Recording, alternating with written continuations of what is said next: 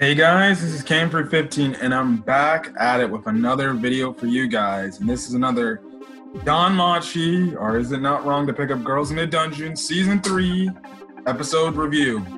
Well, I'm sorry for getting this review out, late than I typically would, but I had things I had to take care of in my day, so stuff like that. But hey, it is what it is. I'm still getting out this video for you guys. Anyways, this episode was really good because we find out who these monsters are essentially the type of creatures Ween and her race is, as well as it seems like the Hestia Familia needs to be the familia that can, I guess you could say, try to make humans and monsters coexist equally.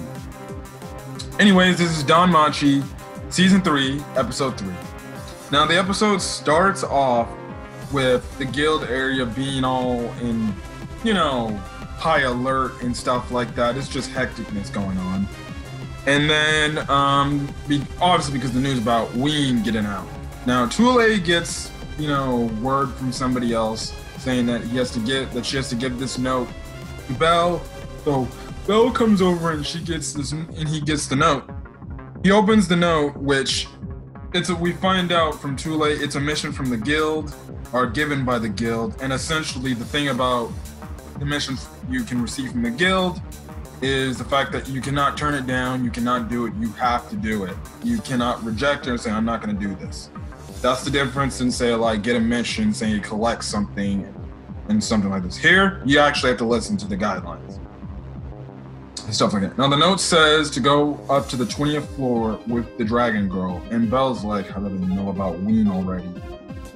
Anyways, he goes back to the Hestia household, and we see that they plan out their strategies and stuff like that, and they know they have to go to the 20th floor and stuff like that. So they're gonna bring the entire group, with the exception of Hestia. Hestia does make a mention that when she looked on the note, she did see something written on there that was odd, which we later find out later. Now, it cuts over to the hunters that we saw last week. And essentially the hunters say that they're going to make sure they look out for the Hestia Familia. Because we know they're hunting, monsters. Whether some of them are intelligent beings, like the ones we saw in this week's episode, it's just going to be interesting to see what's the deal, what those hunters will do to get in the way. Now it cuts over to Hermes, and it says that Ouranos is using Belle as a lure, and then it seems like he also sends Asafi to do something about that or something like that. So that's going to be something interesting, Hermes in the background.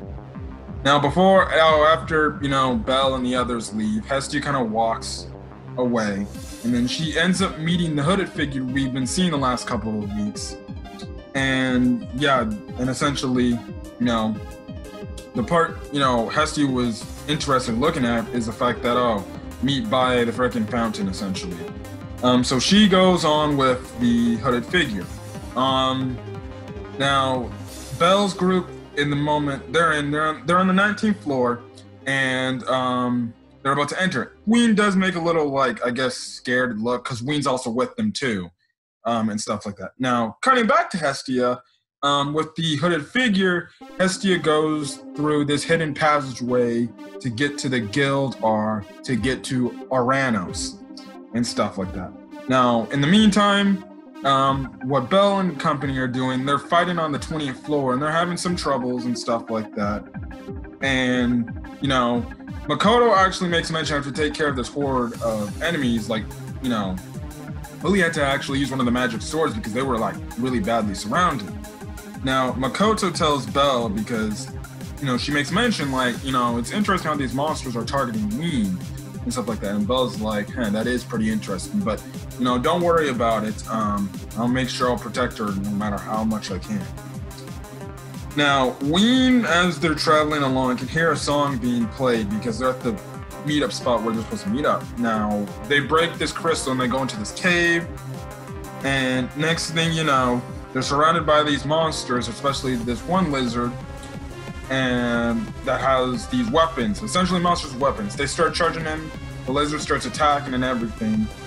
And well, after what it looks like, you know, Haruhime is gonna sacrifice herself to protect Ween.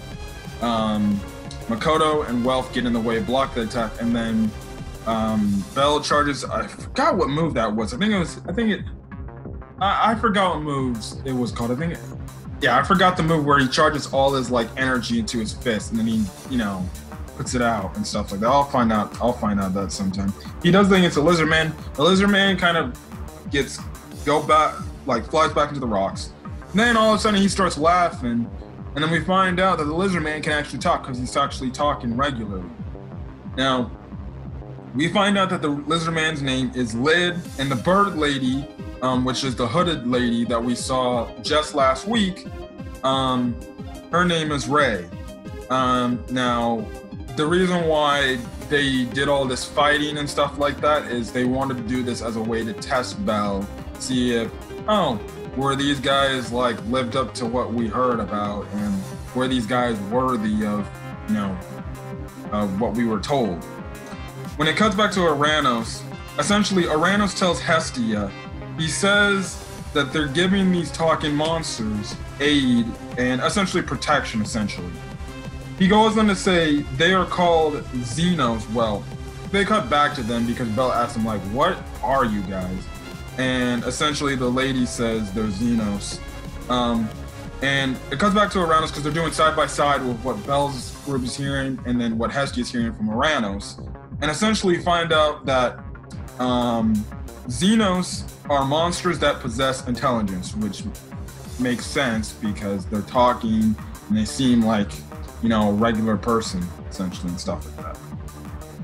Now, Ouranos says to Hestia that the Hestia Familia is the one familia that is the hope for him and essentially the Xenos and the bridge between coexistence between monsters and humans.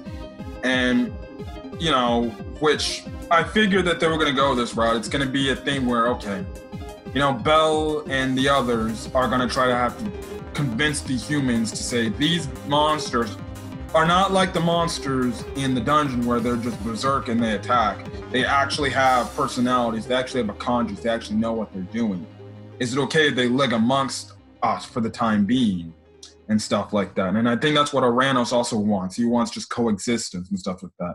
I did like the interaction between Lid and Bell because there was this one funny moment where Lid's like, hey, it's nice to meet you, and he's shaking out his hand and everything, and Bell's like, he's all scared because he looks at his teeth and then his claws and stuff like that, and then he's like, yeah, nice to meet you. And then all the other monsters kind of surround Bell because they know, oh, he's a peaceful guy and stuff like that. They also do befriend, Ray also befriends Ween, and she says Ween's also a nice, really nice name, which makes Ween start to lighten up a bit more. So this is where Ween can essentially, like, I guess you could say, hold out and be out at and stuff like that.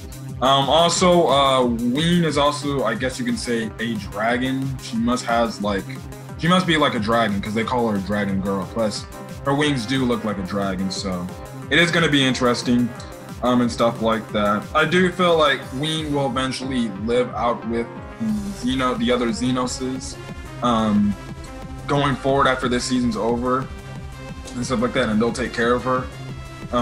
Despite how this season ends, I still could see where, you know, if there is coexistence between the monsters, the Xenos, and the humans, then maybe Ween will join the Hestia Familia and be a part of their familia, which would be a much added addition. Even though technically she's kind of a baby and she can't really do much of anything at this point in time yet. But yeah, it was a really good episode. We get understanding of who are these intelligent, you know, talking monsters. And yeah, so I don't know where next week's gonna go, but so far I'm really liking season 3 of DanMachi. So other than that, like I said, today was a great episode, and I can't wait to see more of this series and stuff like that. Anyways, I'm gonna get out of here. So hopefully you guys have a great rest of your day or night whenever you're checking out this video. So yeah, so hit that like button if you like the video. Put a comment in the comment section, your thoughts about this episode and your thoughts about the Xenoses, again, without spoiling context or more, information based on the light novels and stuff like that. Please do not, because I'm an anime only for watching this series. So yeah, as well as hit the subscribe button to get more DanMachi content. So other than that, guys, hopefully you guys are staying safe out there, and yeah, so peace.